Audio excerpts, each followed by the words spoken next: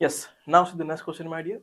Next question में क्या कह रहा है कि match the compounds list 1 with the appropriate catalyst or reagents list 2 for their reduction into. आपको reagent पता करना है। अगर मैं compounds इनका reduction करूं और किस में reduction to corresponding amines में, तो कौन कौन से reagent हम काम में ले सकते हैं। देखो सबसे पहले अगर देखें ये अमाइड दे रखा है आपको, तो अमाइड का रिडक्शन जो है वो H2O निकल नहीं कर सकता। एमाइड का रिडक्शन कौन करेगा, LiAlH4 डॉट और H2O आपका इसका रिडक्शन कर लेगा, मतलब A का हो गया आपके पास 3 और करस्पॉन्डिंग आपका अमीन बन जाएगा। It is clear. जहां पे भी नाइट्रोजन कंटेनिंग ग्रुप है वो रिडक्शन के बाद में आपका अमीन बनता है, ये बात तो ठीक है। इसके बाद ये देखो नाइट्रोबेंजीन जो हम कह सकते हैं, नाइट्रोबेंजीन क्या करता है, Sn plus HCl, Sn plus HCl की प्रेजेंस में क्या होगा, एनिलीन बनता है, सबको पता होगा, ये NH2। तो इसका A का तो हो गया 3 और B NH2 कहाँ गया भाई, हाँ SnHCl, इसका हो गया 4, B का 4 हो गया और A का 3 हो गया। साइनाइड जो है इसका रिडक्शन आराम से H2O निकल कर सकता है और करस्पॉन्डिंग क्या बना देगा, आपका अमीन बना देगा, क्योंकि नाइट्रोजन कंटेनिंग कंपाउंड है, जैसे ही H2 निकल मिलेगा तो वो आपका अमीन बना देगा। तो ये हो गया सेकंड। अब ये जो दे रखा है आपका, आपने अगर गैब्रियल थैलेमाइड अगर सिंथेसिस पढ़ा है तो इस रिएक्शन का आपको पता होगा। देखो रिएक्शन कैसे होती है, अगर मैं थैलेमाइड की बात करूं तो कुछ इस प्रकार से हम समझते हैं, गैब्रियल थैलेमाइड सिंथेसिस, कुछ ये थैलेमाइड का स्ट्रक्चर बना रहा हूं मैं आपके सामने, कुछ ऐसा होता है। It is clear, it is what the phthalimide. Gabriel तो एक साइंटिस्ट का नाम है, क्लियर। फिर इसमें क्या क्या डालते हैं भाई, इसमें हम रिएजेंट डालते हैं सबसे पहले बेसिक मीडियम KOH, फिर हम RX और थर्ड डालते हैं अपन कौन सा रिएजेंट, एक्वस NaOH, है ना। मैं बात कर रहा हूं थैलेमाइड, गैब्रियल थैलेमाइड सिंथेसिस की। अब सबसे पहले देखो क्या होगा, सबसे पहले क्या होगा, ये जो थैलेमाइड है, मैं यहां पे लिखता हूं वापस, ये जो आपका थैलेमाइड बना है,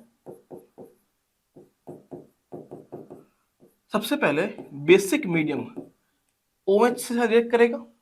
यस, अब क्या होगा, देखो यहां पे हम ये कह सकते हैं, यहां पार्शियल पॉजिटिव आएगा और ये पार्शियल नेगेटिव आएगा, ये H यहां से निकलेगा, क्लियर है। और H अगर यहां से निकल रहा है और नेगेटिव चार्ज कहां आएगा, यहां N के ऊपर आएगा। ऐसा क्यों, बिकॉज जैसे ही नेगेटिव चार्ज N के ऊपर आएगा तो क्या होगा, वो रेजोनेंस स्टेबलाइज होगा इस डबल बॉन्ड के साथ में, इसलिए यहाँ पे जो नेगेटिव चार्ज है वो क्या होगा, स्टेबल होगा। यस, तो इसके बाद हम कह सकते हैं क्या क्या बनने वाला है भाई, ये कुछ इस प्रकार से, ये C डबल बॉन्ड O, ये डबल बॉन्ड O और यहाँ पे आ जाएगा ये N माइनस, ये बन जाएगा।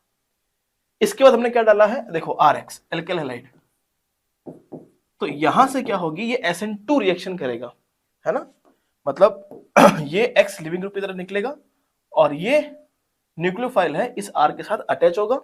तो मेरे पास क्या बनने वाला है, इसको मैं लिख रहा हूं, ये देखो ये N और ये हो गया R, ये बनने वाला है। अब देखो यही आपका क्वेश्चन है, देखो ये वाला, ये बनाया हमने।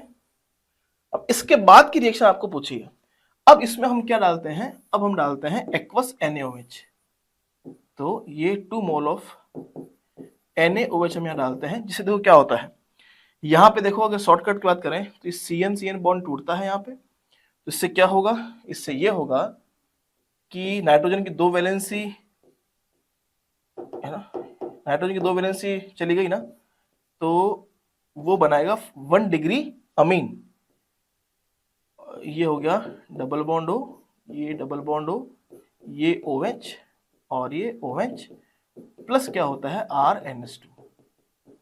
और आगे चल के बेसिक मीडियम रिएक्शन हो रही है तो वापस क्या बनाएगा, ये इसका एनाइन बनाएगा, इसका वापस से सोडियम थैलेट बनाएगा, डबल बॉन्ड O माइनस, ये Na plus O minus Na plus.